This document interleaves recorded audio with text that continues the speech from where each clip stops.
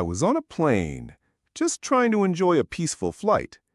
But by the time we landed, I had just taught the most entitled family a lesson they'd never forget, using nothing but their own luggage.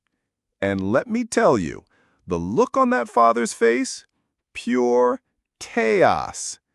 If you've ever had to deal with entitled parents, bratty kids, or that one person who thinks the world owes them everything, hit that like button, subscribe, and buckle in, because this revenge is as petty as it is perfectly earned. It all started on a connecting flight, the first leg of a long journey. I'd pre-boarded early, claimed my favorite window seat, and settled in. Now, anyone who flies knows this golden rule. With open seating, you better grab what you want early. And me, I wanted the window. Simple, peaceful, non-negotiable. A few minutes later, a mother and her 2 kids, probably elementary school age, also pre-boarded. They plopped down in the row directly behind me. The kids had their little knapsacks, eyes glued to their gaming devices. I'd seen them at the gate earlier, already locked into their screens like it was a Fortnite tournament. I gave them no thought until the mom made eye contact. She leaned forward, gave me a practiced smile, and said, "Would you mind switching seats so both of my kids can sit by the window?" Just like that, like it was nothing. Now, I don't like confrontation, but I also don't like entitled strangers dictating my day.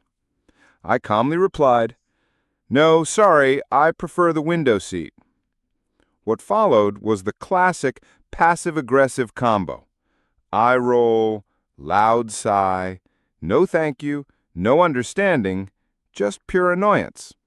And that was just the beginning. As general boarding began, in strolled the final member of their travel circus, the dad. Let's call him Mr. Kicker. He was a tall, smug-looking man with a permanent scowl that screamed, "I own this plane." He walked up, saw his family in the row behind me, and then stopped, right at the end of my row. And with a sarcastic, almost performative tone, he said loudly, "Why aren't both the kids in window seats?" He wasn't talking to me, but he was talking at me, loud enough for the whole row to hear. I ignored it. I wasn't going to play into his game. I didn't steal his kid's dream. He should have pre-boarded if it meant that much to him. Then he sat down, right next to me. Window, me. Middle, empty. Aisle, Mr. Kicker himself. And almost immediately, the chaos began. The plane takes off.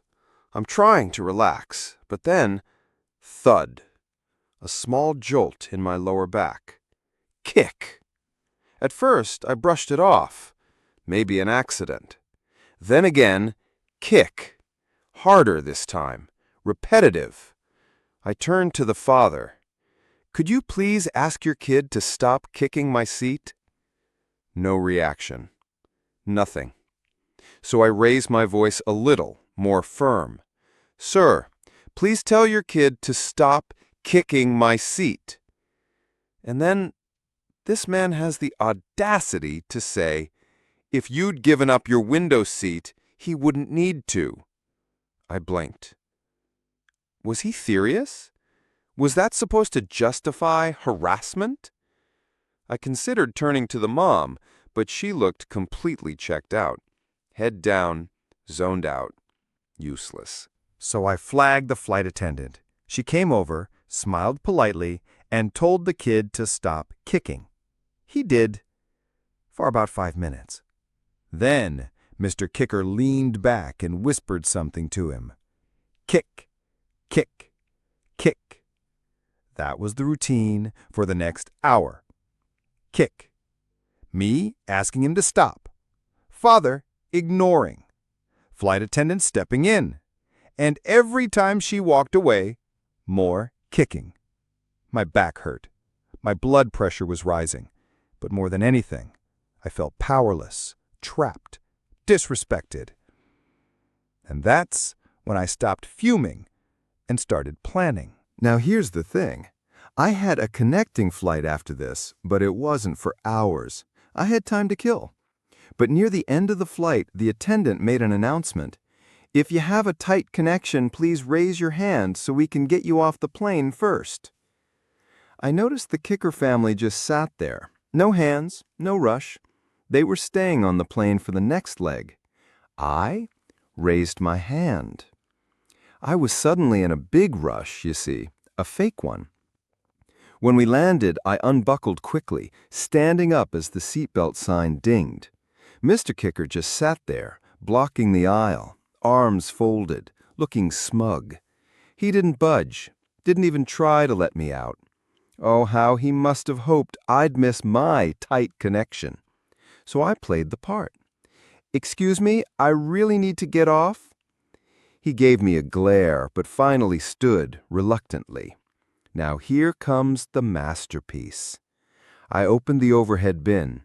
My small bag was on top of their kids' large knapsacks, and as I looked for it, I pretended to be fumbling, shuffling, repositioning, unzipping. 1, 2, both of the kids' backpacks. I quietly, subtly unzipped them just enough, grabbed my bag, gave a polite nod, and walked off the plane like nothing happened. Now, picture this. The Kicker family, still sitting pretty on that plane, probably thinking they got the last laugh. But when it's time for them to deplane, Dad pulls out one kid's bag, spill. Cables, devices, snacks, chargers, all over the aisle. Second bag, same story. Like a confetti bomb of kid chaos. Now they're on their hands and knees, trying to scoop up everything before the next wave of passengers board. All because Dad thought it was okay to weaponize his child's foot over a window seat. And I was already in the terminal, grabbing a coffee, smiling, peaceful. You know what's wild? All of this over a window seat. What happened to teaching their kids manners? What happened to just being decent? Entitlement doesn't pay. But sometimes, unzipping someone's ego just a little, that's the sweetest revenge of all. If this story gave you chills and made you smirk just a little, smash that like button. Tell us in the comments, what's your most satisfying petty revenge?